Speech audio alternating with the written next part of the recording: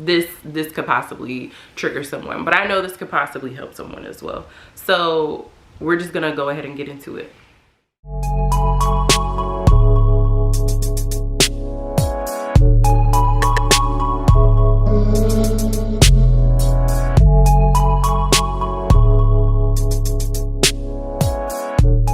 Hello beautiful people, and welcome back to my channel, Simply Kee Samone. If you are new here, I want to say welcome, and if you're returning, I want to say welcome back.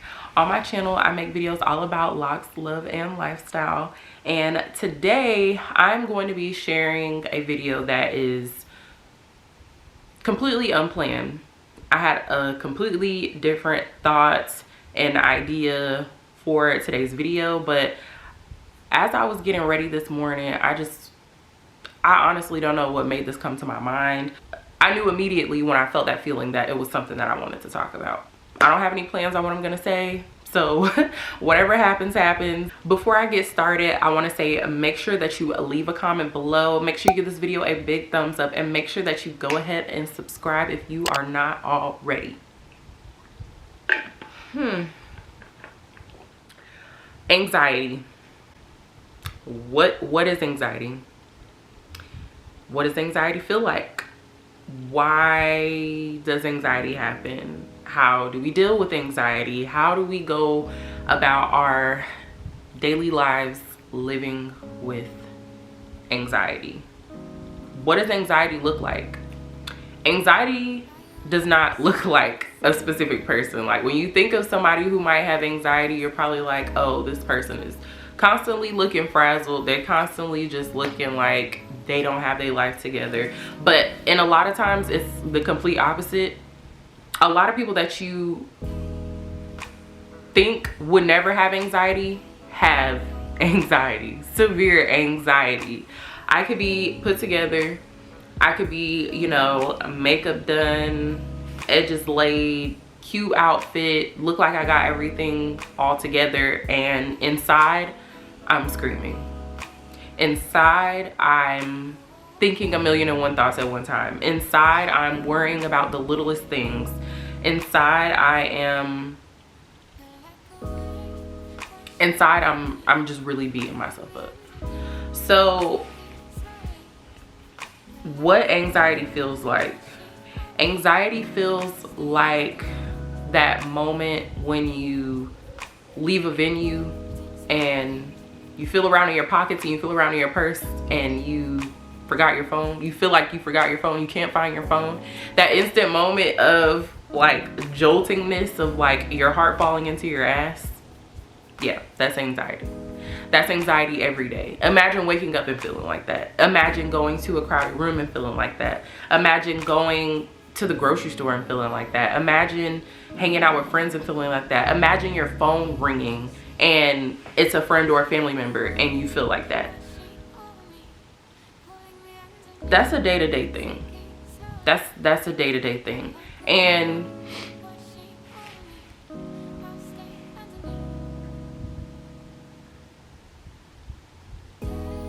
it's very disheartening to say that people are living with it. People are going about their daily lives and going to work every day, taking care of their kids, you know, being with their spouse, you know, taking care of family, seeing friends, and are still dealing with severe anxiety. I think there's a stigma on anxiety. Really, I do. I feel like even in 2021, it's almost 2022, and we still I feel like, actually, let me rewind. I feel like we've gotten a lot better. I've seen a lot of people speak more about it, and especially in the Black community. I'm only saying that because obviously I'm a Black woman. I was raised in a Black household. I have Black family members. So that's my experience. That's what I know. It wasn't necessarily talked about. It's not necessarily talked about, especially going to therapy for it, especially taking medication for it, especially just venting and voicing your opinions about it. It's kind of like the brush off. Fortunately for my family, it's a little bit different. We understand a little bit more. And when I say family, I mean like my immediate like mom, sibling, family. But wide range of family, no. No. So where does anxiety come from? I honestly, I can't pinpoint it. I feel like that might be different for everybody else. Everybody has different experiences. Everybody's story is different. Everybody's traumas are different. I kind of feel like it's something that you build over time. I don't think you're born with anxiety. I don't.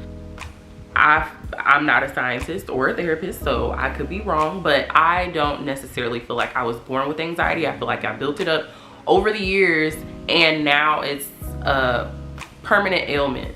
And when I say permanent ailment, it doesn't mean that there's nothing that I can do to not feel anxiety or to not feel that rushing moment, that fear that something bad is about to happen. It's not that I can't do anything to help it in that moment, but I've come to terms with the fact that I'm always gonna have anxiety. I'm always going to feel some type of anxiousness, but there's things that I can do to help myself feel a lot better. So I've been told by a lot of people, I won't even say a lot of people, I think it's just random conversations that I've had with people over time. I don't necessarily have these conversations even with, I was about to say even with my closest friends, but I have 2 of those. So, and that's not including my wife, because my wife is my ultimate best friend. But my other 2 best friends, like I've talked about it with them. But when I just talk about associates or just people, period, no, I'm not gonna voice it. I'm not going to, you know, talk about it, because in the past, just either speaking on it, cursing the service of it, or speaking about maybe someone else's situation, I've really found that people are really like insensitive. People are really insensitive. There's an ignorance towards it. Same thing with depression, but that's a whole nother video for a whole nother day. People are really insensitive.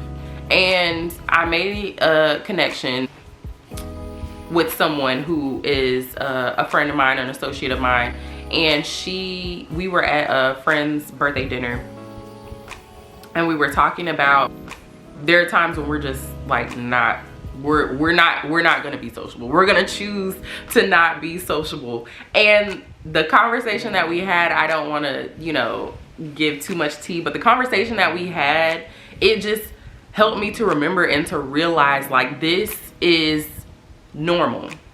This is normal. A lot of people are going through it, regardless of whether they're speaking on it or not. A lot of people are going through it, and not a lot of people have, you know, the guts to talk about it openly, because they're probably ashamed. They're probably feeling like somebody's gonna think they're crazy. They're probably gonna feel like somebody think that they're just, you know, overreacting or being dramatic or whatever it is, whatever you want to call it. But we were just talking about going through a phase of not wanting to be sociable, just because we just weren't feeling it. Our minds, bodies, and souls was not in it, for the pure fact of, we felt super overwhelmed. We felt anxiety. We felt anxious. We felt like it was a task to just go out and be amongst human beings, being amongst other human beings. And for me to have been ashamed to admit that for so long, like, I'm not a loner by any means. I am a homebody when I need to be, and when I say need to be, is when I need to be for my mental health. But when I am in a sociable mood, I'm very sociable. I love being around people. I love being around good people, you know, good vibes and all that. There's nothing wrong with that at all. But I just feel like there are times when I've had to hide the fact that I felt anxious, or that I just really honestly could not deal with any certain social situations. There are times when I wake up and going to work is a task. It's not that I'm lazy. I'm not lazy by any means. And a lot of people with anxiety, they're not lazy, but the feeling that they get is so overwhelming and so crippling that it stops them from doing a lot of things, which in turn, to somebody on the outside looking in, makes it seem like they're lazy. That's not the case. Please don't judge your friends with anxiety. That's not the case at all. I could have a long list of things to do for a certain day, and it might not get done. All of it might not get done. And I used to be super hard on myself about that. And going through therapy, which again is another video, which I'm a thorough advocate for therapy. I've been going to therapy constantly for the last 2 years, going on a little bit over 2 years. And even when I wasn't going through anything, I still went to therapy just to continue growing personally. And you know, you don't want to just go when shit's hitting the fan. You kind of want to build up that mental stamina. But anywho, a good outlook to have, to say that you're going to wake up and do something no matter what. But also, if there are days when you're just not feeling it, where you woke up and you're like worried about every little thing, like this feeling is building up in the pit of your stomach, and you feel like you are literally, if you walk out the door and go do whatever it is, excuse me, if you walk out the door and go do whatever it is, you feel like you're about to hang yourself. You feel like you're walking to like the edge of the plank and you're about to jump into 1,000 feet deep water. Like, if it feels like that, it is okay to not do something. Granted, if it's work and you know your money is depending on it, you kind of got to push through. But at that point, is it time to find another job? Is it time to find other things to spend your, you know, to fill your time? But one thing that I had to learn was to not be so hard on myself and to allow myself to have that time when I need it. One of the things that my therapist is really trying to get me to, I guess, process and make a part of my daily, you know, just thinking habits or thinking regimen, is to allow myself to feel what I'm feeling and not fight it and be hard on myself for feeling that way. Because at the end of the day, fighting against it is going to make it even worse. But just doing small things that you actually can handle at the time is going to help you in the long run. Or, you know, doing something smaller that feels more attainable in that moment, just so that you can still feel productive, just so that you can still feel like you did something that you needed to do, just so that you can still feel like, you know, that you're not lazy, that you're still driven. Some of those things, like those small tasks, those small wins of the day, some people, their small win of the day is getting up and taking a shower. Hey, no judgment.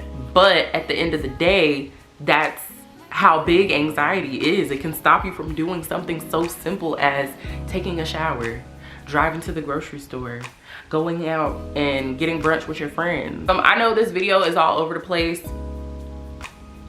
but I feel like people need to know that there's other people that are going through the things that they're going through, and that it's okay. And that you're not alone. You're not dealing with it alone. Like, I am no longer ashamed of any type of mental issues that I go through, because I now know it's normal. Well, it's not normal, but it's normal in the sense that there's other people in the world that's going through this, and I had to accept the fact that I may have to live with that for the rest of my life. If I could have anybody relate to me, or have somebody relate to me, or just feel like, you know, they're not alone, it definitely means a lot to me. With all that being said, anxiety feels like one of the biggest hurdles that you'll conquer in your life. Anxiety feels like one of the biggest pains in my ass. But anxiety also feels like a vehicle for growth, because I know that there are things that I haven't been able to do in my life for a certain amount of time, and now I'm able to do them again. Anxiety feels like a challenge that I can conquer, and in turn, once I go through something, feel way more mentally strong afterwards. Okay, so I know there was no rhyme or reason to this video, and it kind of became a rant, but I'm glad that I got it off my chest. I'm glad I spoke about it. If anxiety is something that you also deal with, or have dealt with, are dealing with, or know somebody who is dealing with it, leave me a comment down below. Ask any questions that you have. I promise you, I could probably you know, relate to you in some way, help you out in some way, share some of the coping mechanisms that I have built up over time, that I've learned through therapy, that I've, you know, just done because it's something that has helped me. So if you would like to see another video that is catered to that, let me know down in the comments. Or if you just want to speak on it personally, you can DM me on my social media accounts. They'll be in the description box below. I think that's probably gonna wrap it up for this video. I feel very accomplished making this video because it is something that is still, under talked about, and I know I'm not the only one that feels that way. I hope that you enjoyed this video. I hope that this video got out to anyone who needed it. Make sure you share it with somebody who you think may need it. Make sure you give this video a big thumbs up. Make sure you subscribe down below, and make sure that you turn on your post notifications so that you will be notified whenever I post a new video. Thank you for tuning in once again, and I will see you all in the next video.